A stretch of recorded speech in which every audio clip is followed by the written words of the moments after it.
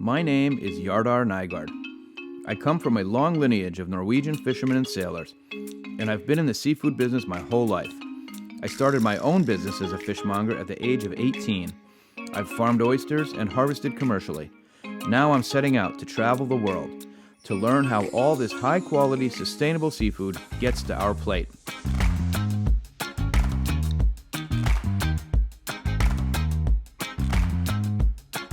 This episode is all about Maine dayboat and true diver scallops.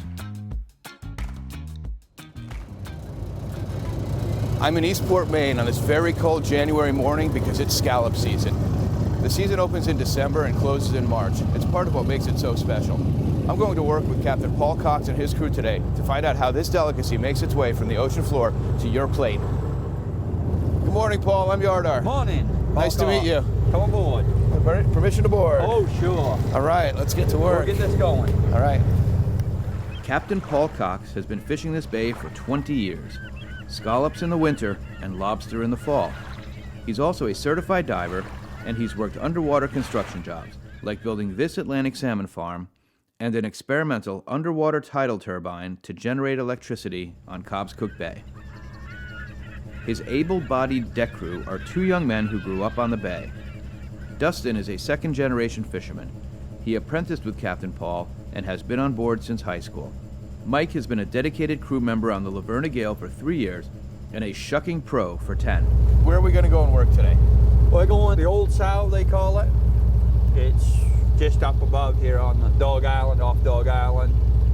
And that's close to the Canadian border. Yeah, we're going to tow right out to the Canadian border. We're going to stop the nose on the Canadian border and winch back. So we're hoping we don't go across the border because I didn't bring my passport. Oh, no, they won't bother you. Okay. We won't go across. All right, and we're going there because you found some big scallops there. Yeah. And nobody else knew about it as of yesterday. I just got lucky. Yeah. You just got, okay. All right, that sounds great. Let's go out and let's go out and get them. Let's get this thing untied.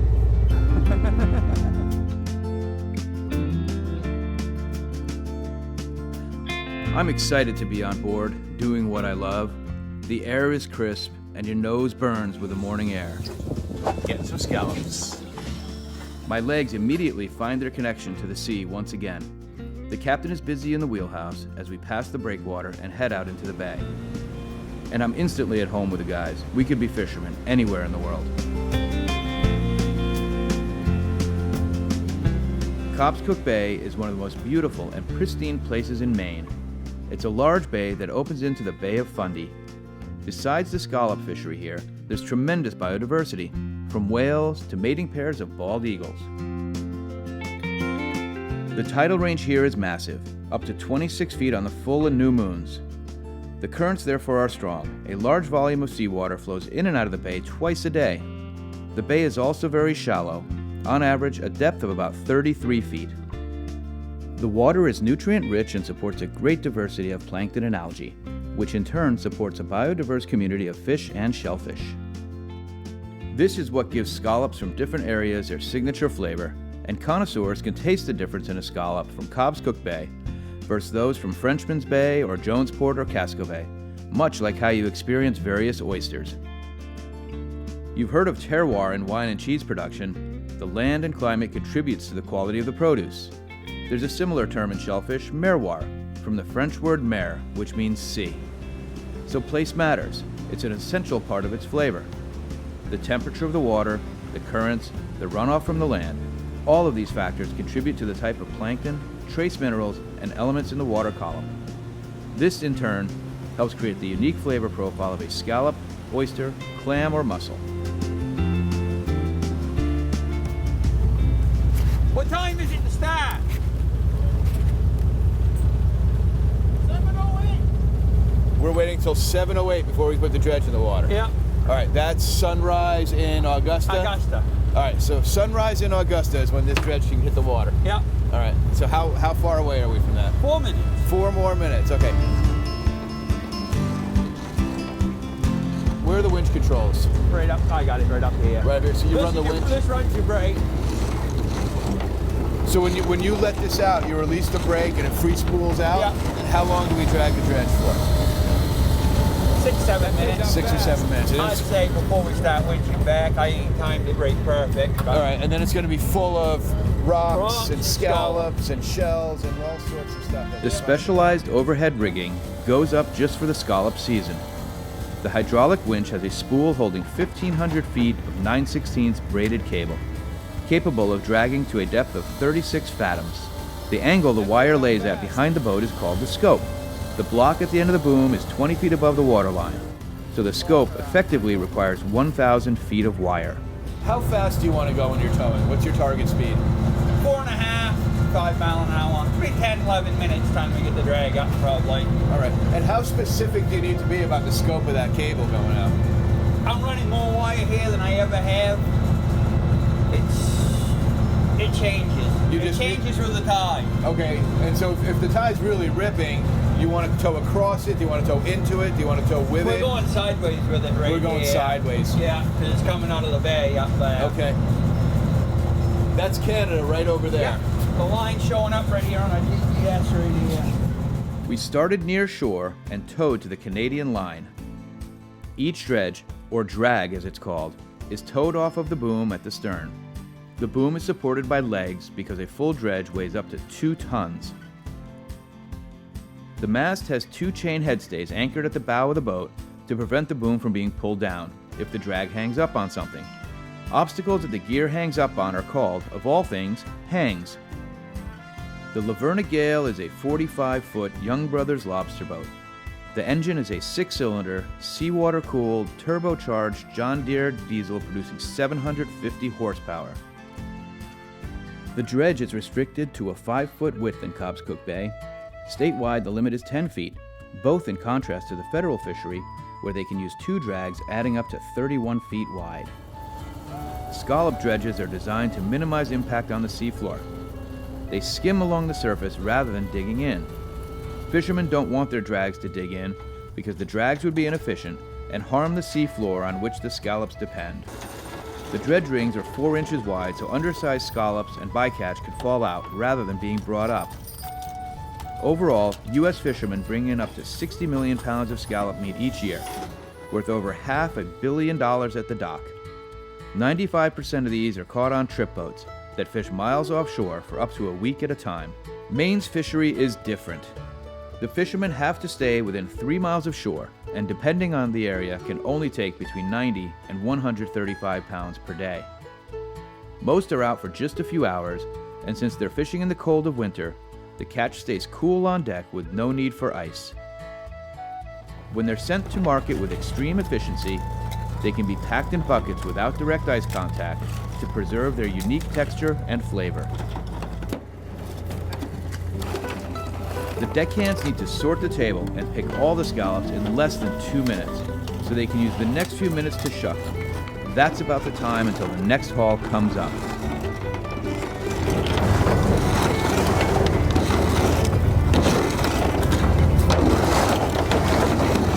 The guys work at an amazing pace to keep ahead of the next incoming drag.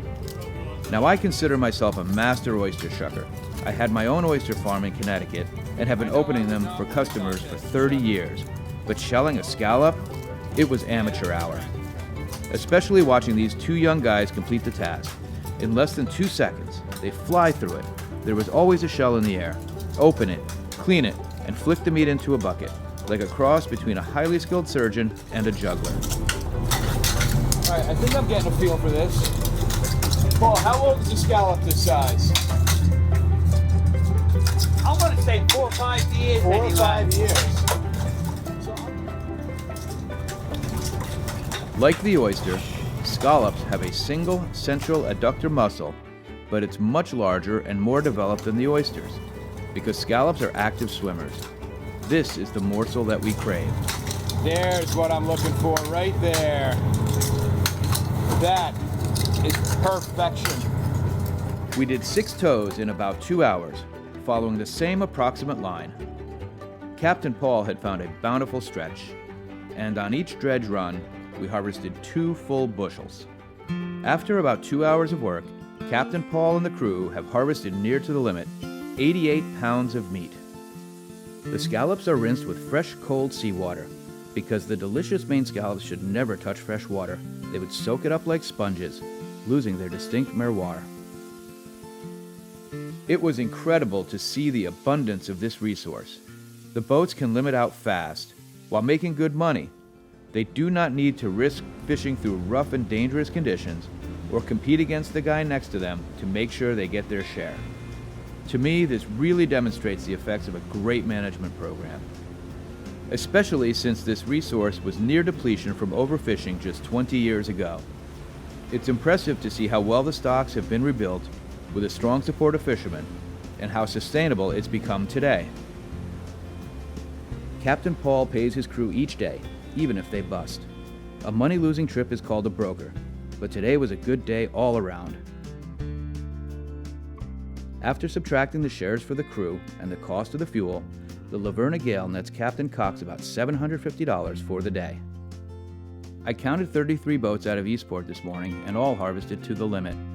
This fishery is an important economic asset to the community. Well, that was a pretty good trip, Paul. Yep. I'm really impressed. Your guys work awesome. They're fast. They showed me how to shuck. I felt like I got the hang of it by the end of the trip. And that's about 88 pounds of scallops, we figured. Yep. It's a 10-gallon limit is what it is, because it ain't pounds. It's volume. It's volume. Those were really beautiful scallops. I mean, there was a ton of 10 counts in there. So when this is done, you're going to hook up for something else? We'll dive urchins. Well, Paul, thanks for having us aboard. Thank you. I really appreciate it. We'll see you tomorrow. And we'll go diving. We'll go do some diving. All right. Next up on the catch, we dive for real Maine diver scallops. Here's what's for dinner. True Maine diver scallops.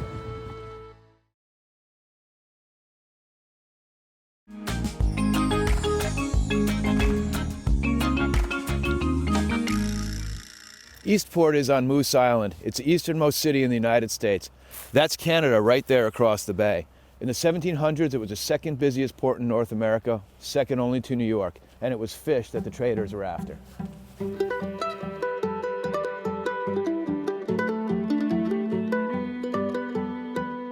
By the late 1880s, the town had 13 sardine factories operating night and day, producing 5,000 cases per week.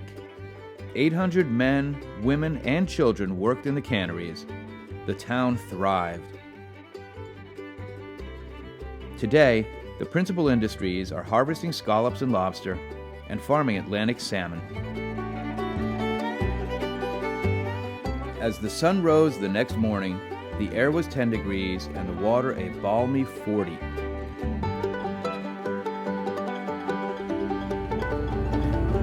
Good morning, Paul. Morning.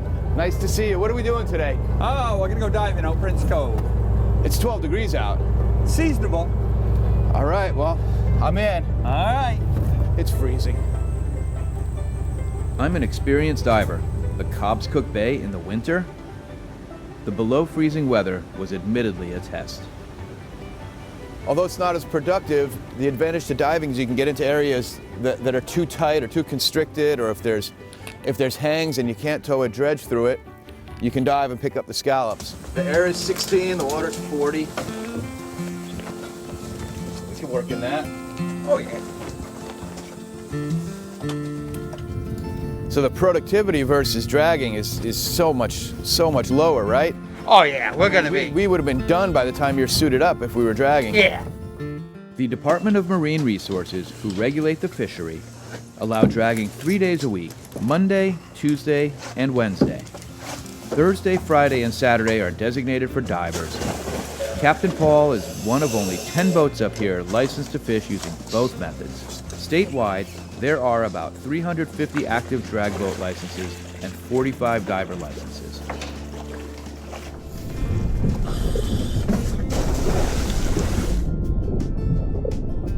As I descend to 25 feet, the visibility shrinks dramatically. It's dark in the murky water, but the water is much warmer than the air, so that's comforting. Captain Paul has the same goal today as yesterday, to harvest 90 pounds of meat, but today he works alone, in the dark, and very much by hand. He feels for each scallop. The harvest will take several hours underwater.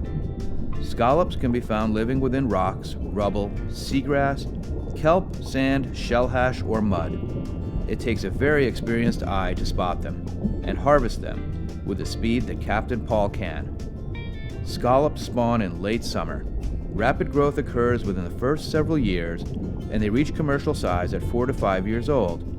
Lifespans can extend to over 20 years. When they sense the presence of a predator, like a starfish or urchin, they can try to escape by swimming erratically through the water using propulsion, by clapping their shells together.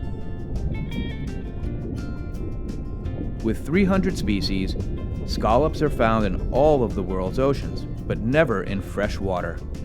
They're one of the few groups of bivalves to be free-living, capable of migrating across the ocean floor.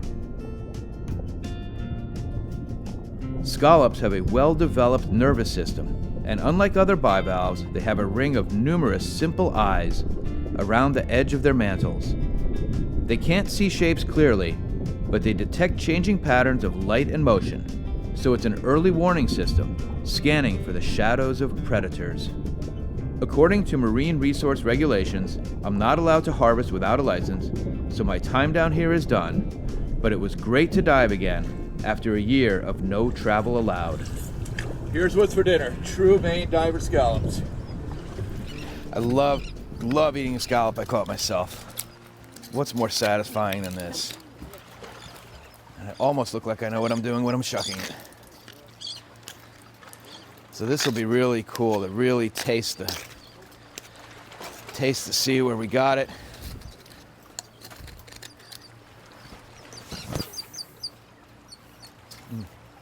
A nice salinity on the front end. Super sweet. That is amazing.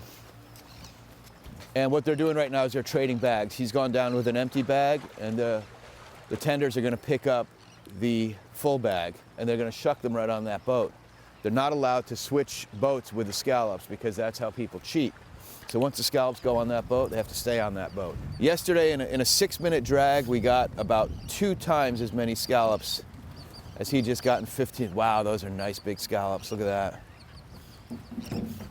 The beauty of this is there'll be no sand in them because they haven't gone through that dredge. They're just picked up right off the bottom. So they'll be really clean. Another regulation around diving is that the divers and the tenders all need to be CPR and first aid certified, or they can't get a tender's license.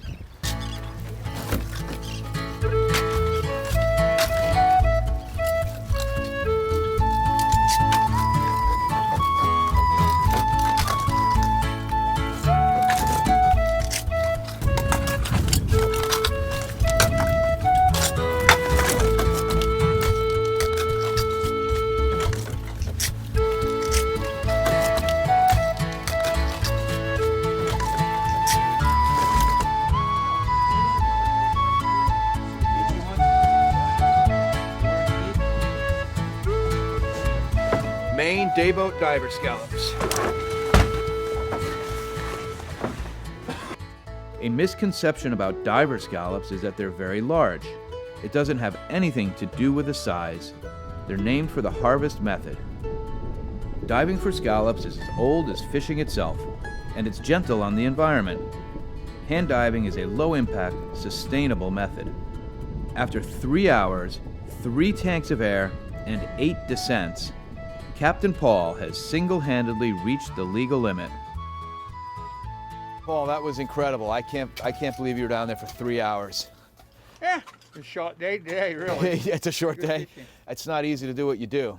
It was, just to see those scallops, they're buried in there, and if you don't see that tiny little edge, I don't know how you do it. And I had the advantage of the lights from the camera. Yeah. I don't know how you do that in the dark. Today actually was decent visibility. Really? So today was an easier day. It's better visibility than what we've had. And when I compare it to what we did yesterday with the dredge, I think we towed that dredge around for maybe it was on the bottom for 30 minutes, 35 minutes total bottom time, Yeah. and we limited out, and we could have been back at the dock in an hour and a half. But today, you're putting in just 3 hours in the water alone. It's a bonus day. It's a bonus day. Okay, I'm glad you see it that way, but I'm just blown away that you could spend 3 hours in that water, and still come up with a smile on your face. Oh, it ain't bad. All right. Let's do it again We sometime. got our limit? Yeah, Another you got day. your limit, and we're ready to wrap it up. Yeah. All right, thanks for having us, Paul. Yeah. Really appreciate it. We head back to Eastport Harbor, fully loaded. Then, I'll drive down the Maine coast to learn more about how these gorgeously fresh scallops will make it to your plate.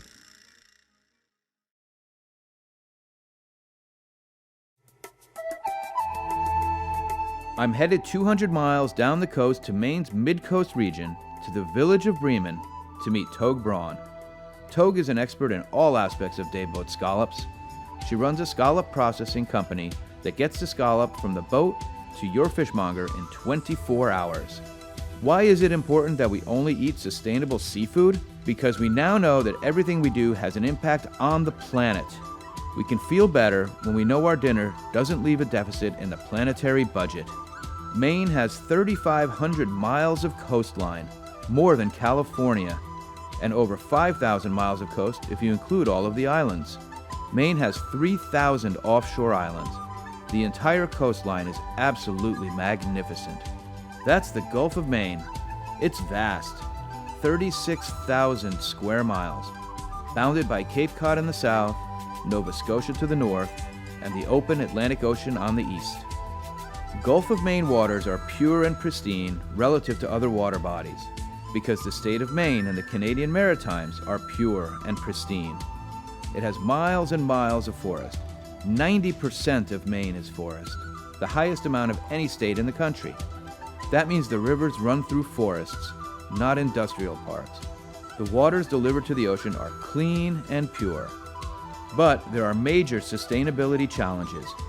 Scientists say that the Gulf of Maine is warming faster than 99% of the planet. The fish are moving farther north. Acadia National Park is out there on Mount Desert Island.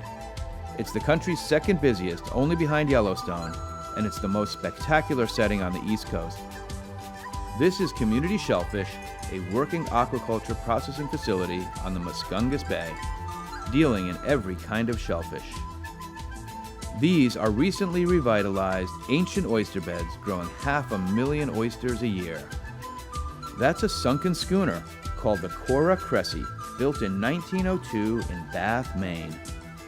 At 273 feet, with 5 masts, she hauled coal along the coast until 1938, when she was brought here and sunk to serve as a breakwater for the lobster operations. Here's the lobster co-op today, still used by 24 lobster boats.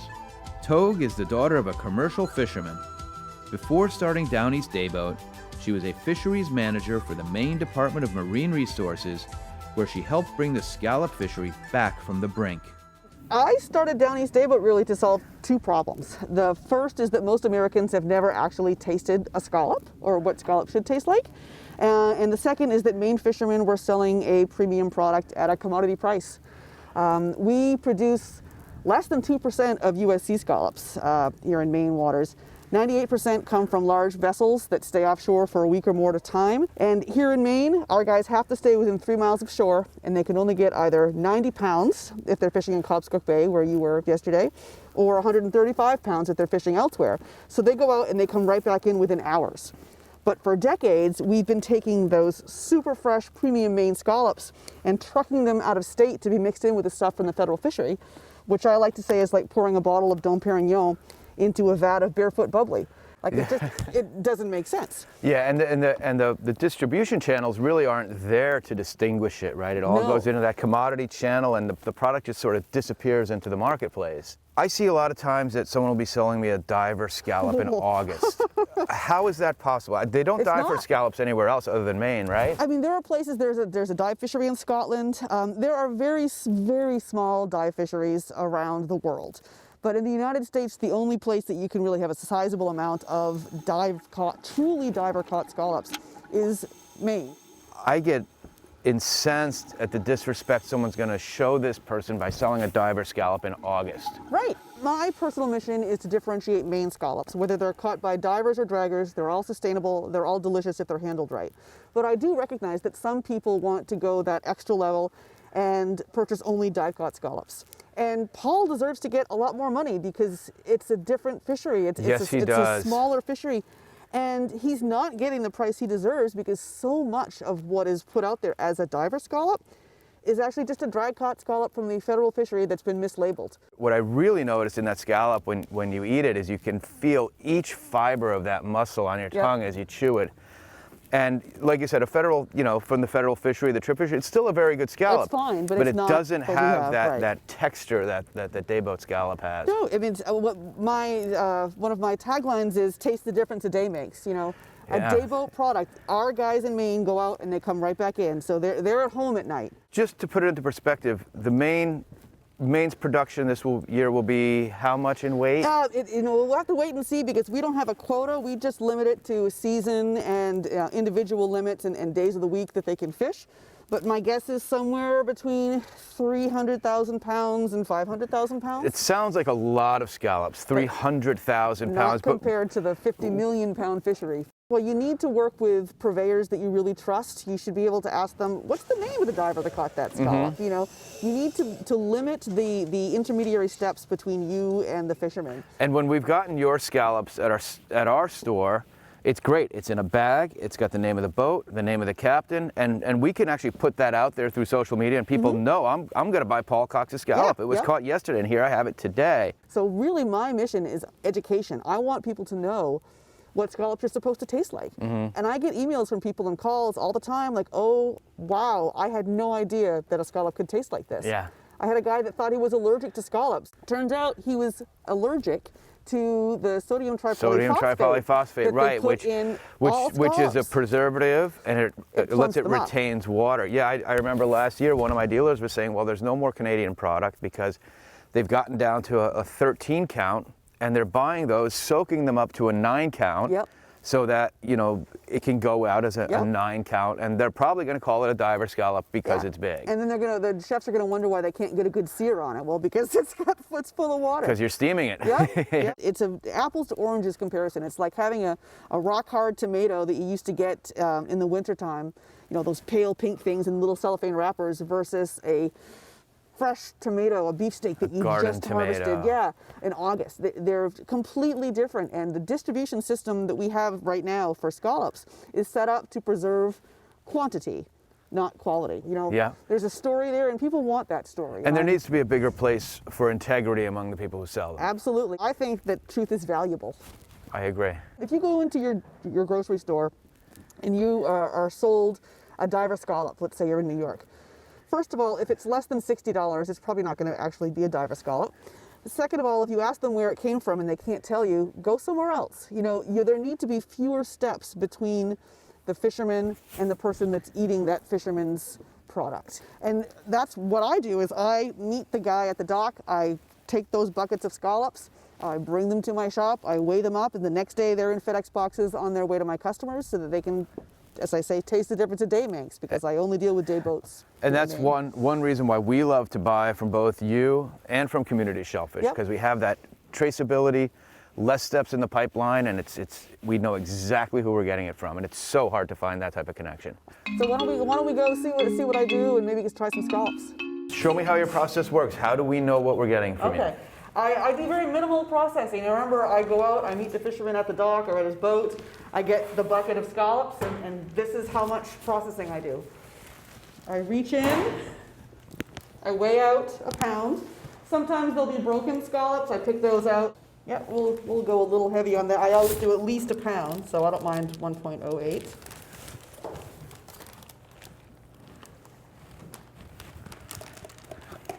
There you go. That's it. And on that bag, I see that those are the ones we dove yesterday with Paul from his boat, and where they were caught and the date. And one benefit to this is that, we know it's a limited supply, so when we're buying from you, or as we buy from you through Community Shellfish, they're not selling to everybody and their uncle, right? They're limiting who they sell to. They're limiting to trusted partners who are going to label the product properly. I love working with Community Shellfish because there's so much fraud in seafood, and there's so many people that are looking to make a quick buck. Community Shellfish has a mission. I have a mission. I want to let the world know what they've been missing when it comes to scallops. Community Shellfish also has a mission. It is about community, and there's a sense of place and purpose, and People deserve to taste that. You can taste the difference. You can, and we have the same experience on our end when we sell, that people love to connect with the food that they're getting, because that's so lost nowadays. I mean, these are the best scallops you'll ever taste, but they also taste better when you know where they're from. All this talk of scallops is making me hungry. Should we go try some? Absolutely. Let's do it. All right, let's do that.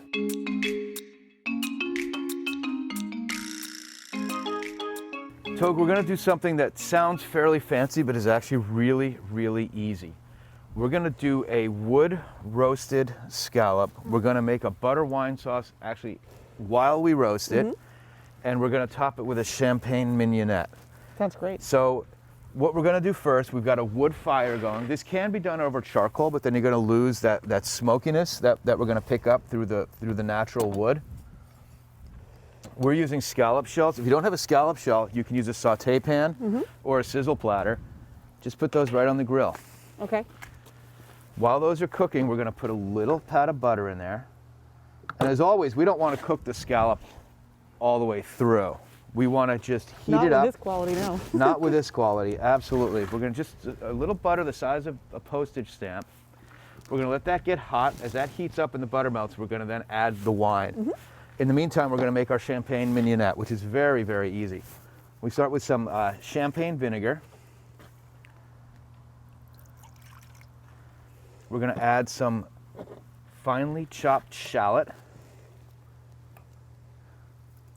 We're going to use some chopped fennel. We can use the tops for garnish if we want. We're going to add some celery. The celery adds some nice crunch to it. So typically with a mignonette, we're just using shallot vinegar, but we're going to use the champagne vinegar instead. You use 1 crack of black pepper, a little bit of sea salt, and since we're putting this on a hot food, we're going to add a little olive oil to it. And what's that for? That just helps it stick to the scallop a little bit better. And we're not even going to put a lot of this vinegar on. We're going to drain a lot of that off and use more of the solids, because we don't want too much of the vinegar sharpness on this when this is ready.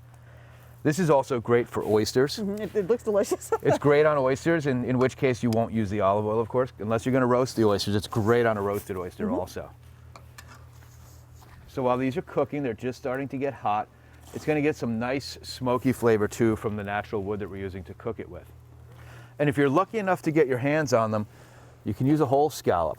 These are a farm-raised scallop that you brought to us. They're from Marsden Brewer in Stonington, Maine. Marsden Brewer in Stonington, Maine. Scallop farming pioneer. Okay, so you can sometimes get a wild scallop, which is whole, and it's going to be a lot bigger, but these are really nice. So you're going to shuck the scallop, and you can see these will still bite down on you, so be careful.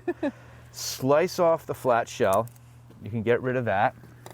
And then you remove this black part, which is basically the gut, and that could have some bitterness to it, so you don't want to include that black part. That needs to be removed.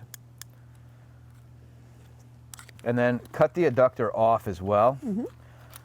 If you ended up a little sloppy, just flip it over. Always a good trick. And then it looks nice and whole. That's a great trick with an oyster too. And we're going to put these on the grill also. Don't want to waste anything this delicious.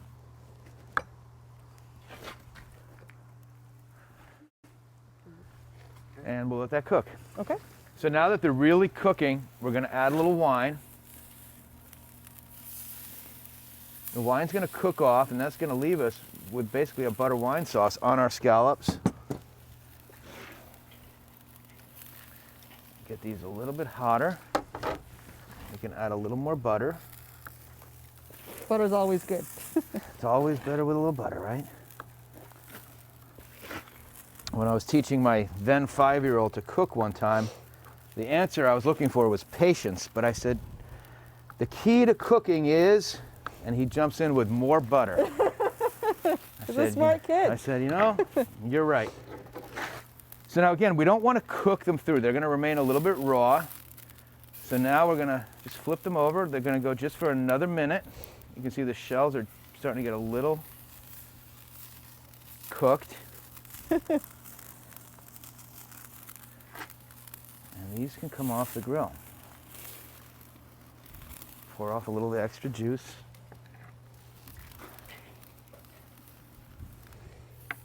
We're going to let these cool.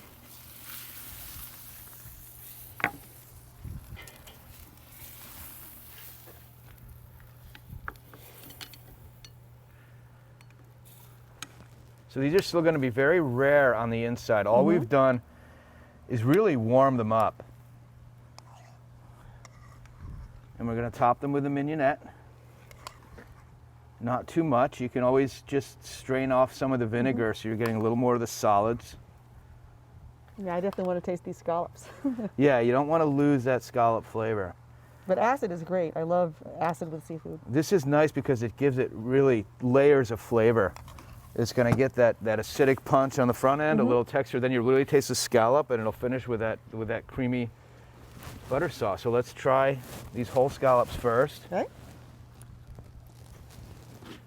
You can eat these right out of the shell.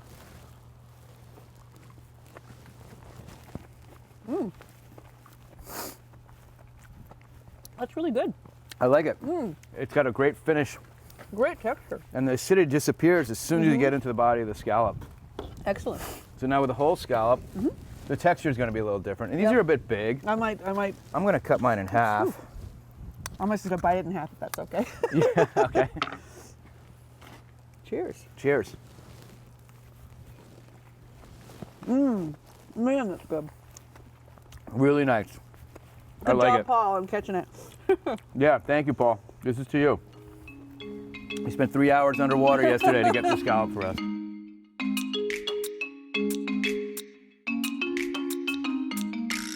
So Yetta, I'm going to show you one of my favorite preparations for scallops, and it's a way to eat scallops raw. Awesome. I mean, I'll take these and just throw the whole thing in my mouth, but for people that are not quite as enthusiastic about eating raw scallops, this is a great intro.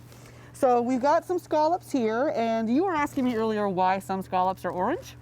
It's actually because there's a chemical, it's a carotenoid that the scallops need to produce their roe. It's a naturally occurring. Naturally occurring, they get it from the plankton, and they store excess of that in the adductor muscle, which is what we eat. And when you're out on the scallop boats, oftentimes if you'll see the fisherman Shucking and he sees a bright orange one, That's he'll what pop he it eats. right in his mouth because Yeah. they're really sweet. So we're going to taste the difference. always try and buy those when we can see them.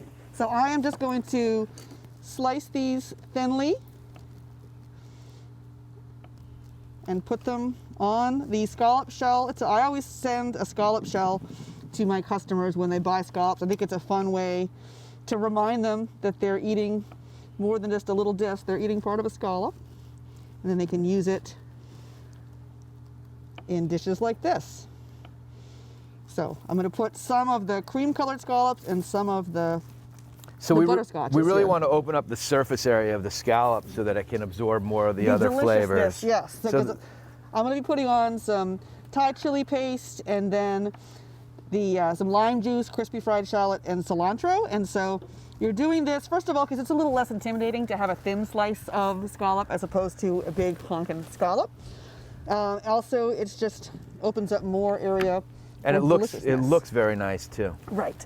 Now this, to make it easier, I've just put the chili paste in a Ziploc baggie, and I'm going to squeeze out some of the oil that comes out naturally first. And now just do a little bit of squeeze here.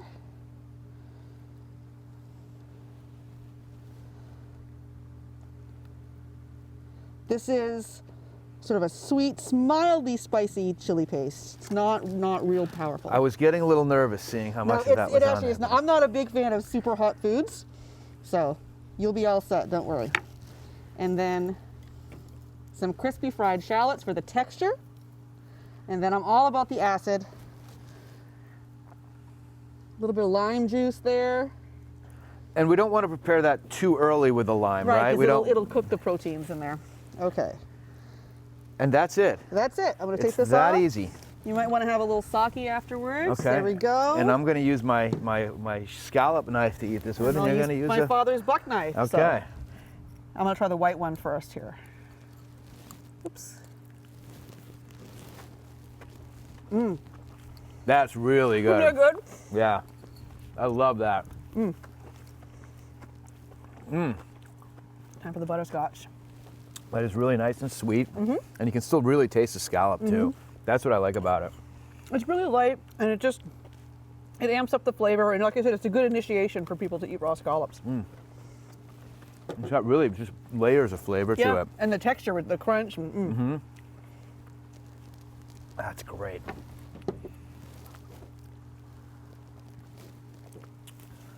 Oh, the sake goes great Doesn't with it? it. I Wow, that's amazing.